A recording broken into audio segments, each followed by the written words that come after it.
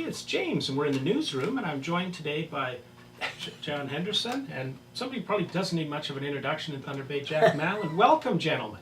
Hey, nice to be here. I love your new setup. Beautiful. This is a fun time. You guys are with the Progressive Conservative Party of Ontario.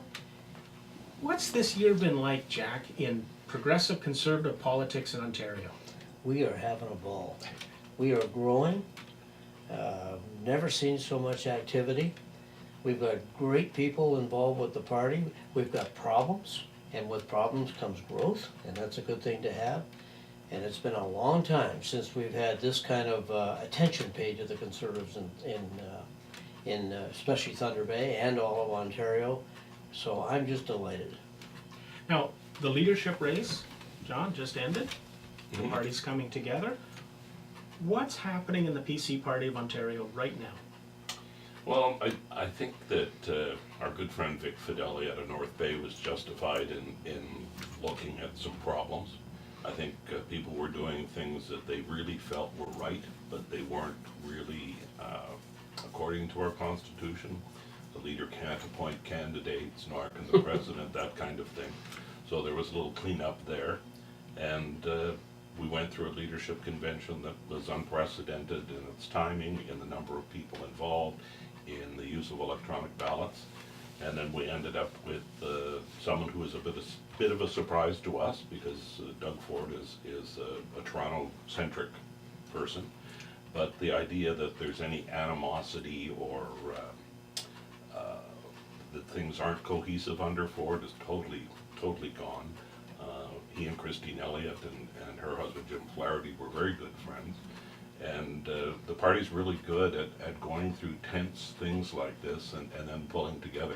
Jack and I are excellent examples of that. We worked against each other, or competed against each other for 10 years, and through a common cause of doing what's best for the people, we have no trouble in coming together and reestablishing the friendship that we had a long time ago.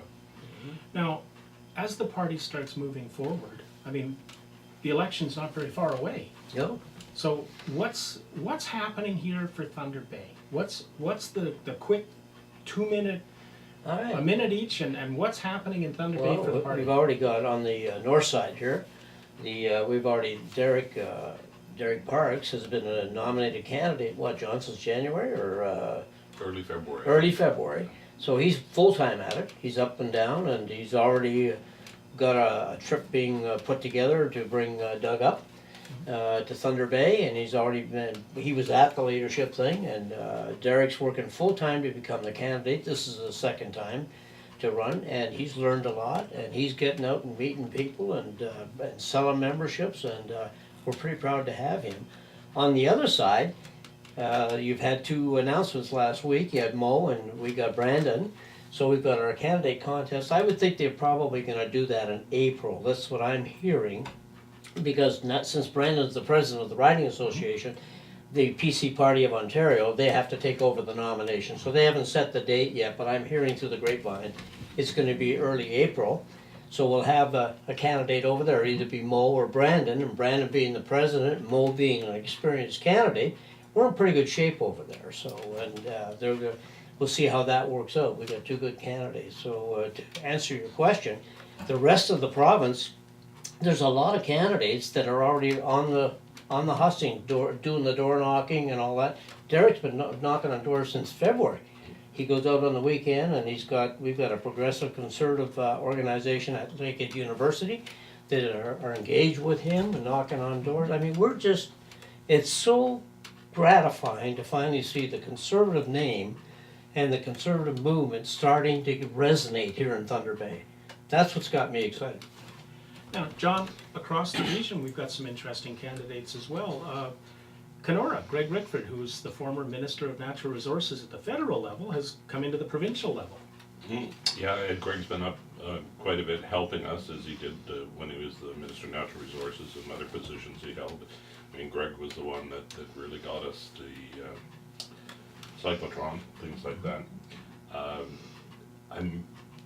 I'm just so hoping that Greg will take that riding, and the crazy part right now is the polling, even after the leadership. Also somebody that I met who was just the neatest guy is Chief Clifford Bull. Don't ask me to say what the riding north of Kenora is because I haven't seen it in writing, so I can't pronounce it, but he was up when Caroline Mulrooney was in, and he seems to be a very strong leader. I just want to get talking about the polls.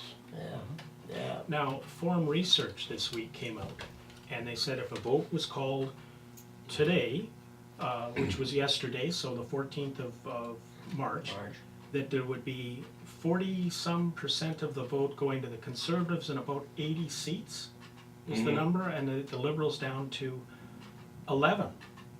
So what do you think that is telling maybe Thunder Bay voters and Northwestern Ontario voters? What should they be doing? Time to change. You're asking me. I know what they should be doing. I think that it's our time, and I think that this province needs new direction and needs change.